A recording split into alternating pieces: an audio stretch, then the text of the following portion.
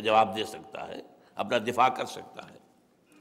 تو انسان کے عقل اور شعور کی پختگی کا نام حکمت ہے۔ حکمت دو طرح کی ہے، یہ ہے اصل میں سمجھنے کی بات، حکمت اصولی یا حکمت ایمانی۔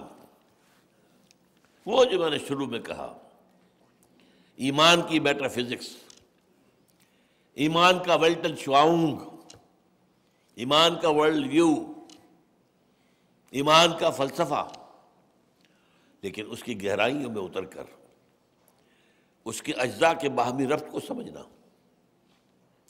یہ جاننا کہ ایمان باللہ خالصتاً صرف فطرت پر مبنی شے ہے، البتہ باقی ایمان بالآخرہ وہاں فطرت کے ساتھ منطق بھی لگے گی، اور قرآن مجید کے اندر بھی آپ کو وہ ساری چیزیں جو ہیں ایک عقلی اور حکیمانہ نظام کے ساتھ دینی ہوں گی۔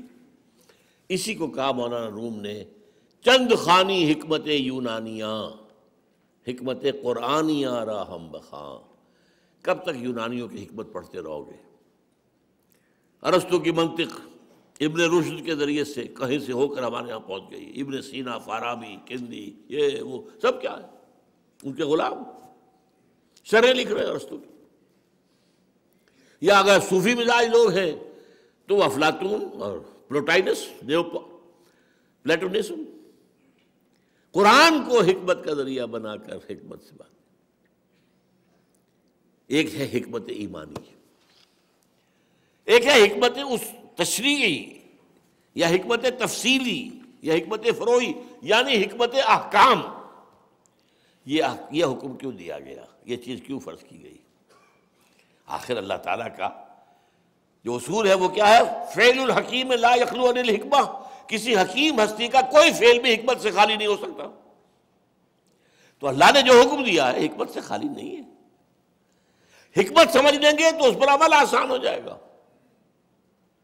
ویسے تو یہ سمجھ میں آئے نہ آئے آپ کو ماننا ہے، آپ مومن ہیں، آپ نے اللہ کو مانا ہے، ماننا پڑے گا، لیکن اگر اس کی حکمت سمجھ میں آ جائے تو آپ کا سونا سینہ کھل جائے گا، اس کو قبول کرنے کے لیے ذہن بیدار ہو جائے گا، طبیعت کی اپنی آمادگی ہو جائے گی۔ حکمت جو ہے وہ جو آتا ہے نور قلوبنا بالایمان واشرح صدورنا للاسلام، اے اللہ ہمارے سینوں، ہمارے دلوں کو تو ایمان کے نور سے منور کر دے، اور ہمارے سینوں کو کھول دے اسلام کے لیے۔ اسلام احکام ہے، یہ کرو یہ نہ کرو، اور جن چیزوں سے روکا گیا خدا کے بندو سمجھو وہ تمہارے بھلے کو روکا گیا ہے۔ اس کی میں مثال دیا کرتا ہوں، آج آپ جائیے مری، وہ جو سڑک جب پہاڑی چڑھتے ہیں آپ تو جگہ جگہ نشان، اپنی رفتار کم کرو، اپنا یہ کرو، اب موڑ آگے آ رہا ہے، یہ سب کرتے کہ نہیں؟ تو کہیں یہ کیوں؟ کون ہوتے ہیں وہ؟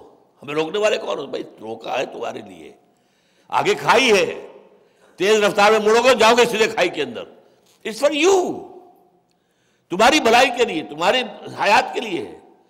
تو در حقیقت تو شریعت دی گئی ہے ہمارے اپنے لیے، ہماری شخصیت کی تعبیر، اس کی تعبیر، اس کی تعبیر سیرت، اس کی خودی کی تعبیر، یہ سارا کام اس کو حکمت کی جانب۔ اب اس پر جو ہے ایک تاریخی کتاب ہے حجت اللہ البالغہ، امام الہند شاہ ولی اللہ دہلوی رحمۃ اللہ علیہ کی، یہ ماسٹر پیس ہے۔ اس میں جو پہلا ابتدائی حصہ ہے وہ جو حکمت اصولی والا ہے، اس میں مجھے کہیں کہیں اختلاف ان سے ہے، لیکن حکمت الاحکام پر میں سمجھتا ہوں کہ واقعتاً وہ ایک انسائکلوپیڈیا ہے، بہترین۔ تو اب اس حکمت احکام کو جمع کر کے پھر نظام بنتے ہیں، یہ سیاسی نظام ہوگا، یہ معاشی ہمارا نظام بن جائے گا، ورنہ نظام قرآن میں لکھا ہوا کہیں نہیں ہے، احکام ہے، یہ حلال یہ حرام، اسی کے حوالے سے پھر ہم بنائیں گے کہ ہمارا معاشی نظام یہ بنتا ہے، ہمارا معاشرتی نظام یہ بنتا ہے، ہمارا سیاسی نظام یہ بنتا ہے۔ تو گویا کہ لا اینڈ سوشل سائنسز، ان دونوں کا جو مبنا ہے وہ حکمت تفصیلی ہے، حکمت تشریعی کہہ لیں، تفصیلی کہہ لیں، فروعی کہہ لیں، اور ایمان اس کا فلسفہ حکمت اصولی یا حکمت ایمانی ہے۔ اب وہ جو پچھلے لیکچر کی آخری بات جو بہت ہی تشنہ رہ گئی تھی، جماعت کے لیے سموتات، اس کی مشق کیا ہے؟ حکم مانو۔ ابتدائی مرحلے میں کوئی فارمل بیعت نہیں تھی، کوئی نظام نہیں تھا، بس اللہ کے رسول کو مانا ہے تو حکم ماننا پڑے گا، بات ختم۔ وما ارسلنا من رسول الا لیطاع باذن اللہ، ہم نے نہیں بھیجا کسی رسول کو مگر یہ کہ اس کی اطاعت کی جائے اللہ کے حکم سے۔ لہذا جس نے اللہ کے رسول کو مان لیا اطاعت کرنی ہے۔ پچھلی دفعہ میں وہ بدر سے پہلے کی جو مشاورت تھی وہ بیان کر چکا ہوں۔ حضرت سعد بن عبادہ کا قول کانک تعنینا یا رسول اللہ ہے فإنا آمنا بک وصدقناک، ہم ایمان لائے ہیں آپ پر، آپ کو اللہ کا رسول مانا ہے، اب ہم آپ کے کسی حکم سے سرتابی کیسے کر سکتے ہیں؟ جو آپ کا حکم ہوگا ہم اپنی اونٹنیوں کو دبلا کر دیں گے، برق الغبات تک پہنچ جا دیں گے، اور اگر آپ سمندر میں اتار دیں گے اپنی سواری ہم بھی اتار دیں گے۔ لیکن اس کی جو مشق ہوئی ہے وہ اصل میں میرے جو آج کا موضوع جو ہے اس کے اندر آنے والی بات ہے، اور وہ میں آج کتنا کور کر سکوں گا میں کہہ نہیں سکتا، لیکن بہرحال بسم اللہ کر کے شروع کر رہا ہوں۔ اصل میں جو براہل آتے ہیں تصادم کے، ان کی اب ہمیں بات کرنی ہے۔ دیکھیے پہلی بات ہم نے سمجھ لی، انقلابی عمل کا لازمہ تصادم، اس سے بچ کر انقلاب نہیں آ سکتا۔ اگر کوئی بڑا امن پسند ہے تو گھر میں بیٹھے، اور جو باطن کا غلغلہ چل رہا ہے اس کو برداشت کرے، بس اللہ خیر صلی اللہ۔ If you want to change the system، تصادم ناگزیر ہے۔ تصادم کیا ہے؟ جہاد، جہد سے بنا جہاد۔ جب جہد کو مقابلے میں آتی ہے تو جہاد ہو جاتا ہے۔ قتل کے مقابلے میں آئے گا قتال، مقاتلہ، مجاہدہ۔ ایک انتہائی باریک نکتہ ہے، بہت اہم ہے، تصادم کون شروع کرتا ہے؟ پہلا سوال ہے۔ آپ کہیں گے کفار نے کیا، انہوں نے کیا، مشرکین نے کیا، غلط۔ تصادم ہمیشہ انقلابی شروع کرتا ہے۔ وہ کہتا ہے یہ غلط، تمہارے خیالات غلط، تمہارے عقائد غلط، تمہارے نظریات غلط، تمہارا نظام غلط۔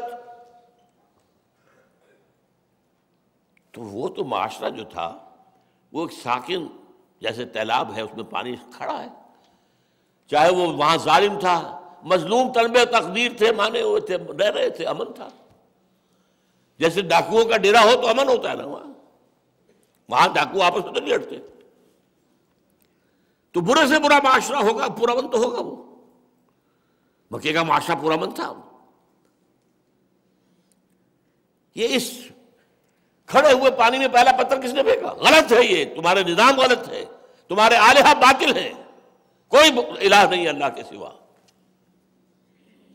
اور یہ سرمایہ دار اور جو کھانا نہیں کھلاتے غریبوں کو، یتیموں کو دھتکارتے ہیں، ان کی نفی کی کہ نہیں کی؟ کیا وہ لوگ دیکھ نہیں رہتے کن کے اوپر یہ پڑ رہی ہے زد؟ تو پہلی بات جان لیجئے کہ تصادم کا آغاز انقلابیوں کی طرف سے ہوتا ہے۔ اور میں یہاں چاہتا ہوں کہ قرآن مجید کی جو صاف بیانی ہے، قرآن مجید میں ایک آیت وہ ہے جسے میں کہتا ہوں کہ انقلابی فلسفے کی اریاں ترین آیت، اریاں کا لفظ استعمال کر رہا ہوں میں، ننگی آیت نمبر 24 ہے یہ سورہ حدید کی۔ لقد ارسلنا رسلنا بالبینات، ہم نے بھیجا اپنے رسولوں کو واضح نشانیوں کے ساتھ۔ وانزلنا معهم الکتاب والمیزان، ان کے ساتھ کتاب بھی اتاری، میزان بھی اتارے، شریعت اور قانون، اور پھر یہ کہ عدل کا نظام۔ یہ سب کیوں کیا ہم نے؟ یہ کوئی ہماری ہابی تھی، ہمارا شوق تھا؟ کیا تھا؟ لِیَقُومَ النَّاسُ بِالْقِسْطِ، تاکہ لوگ عدل پر قائم ہو، ظلم ختم ہو، ایکسپلائٹیشن ختم ہو، ریپریشن ختم ہو۔ یہ کسان پر جو ظلم ہو رہا ہے، یہ مزدور پر جو ظلم ہو رہا ہے، خواجہ از خونے رگے مزدور سازد لال ناب، از جفائے دے خدایاں کشتے دہقانہ خراب۔ انقلاب، انقلاب، اے انقلاب۔ تو ظاہر بات ہے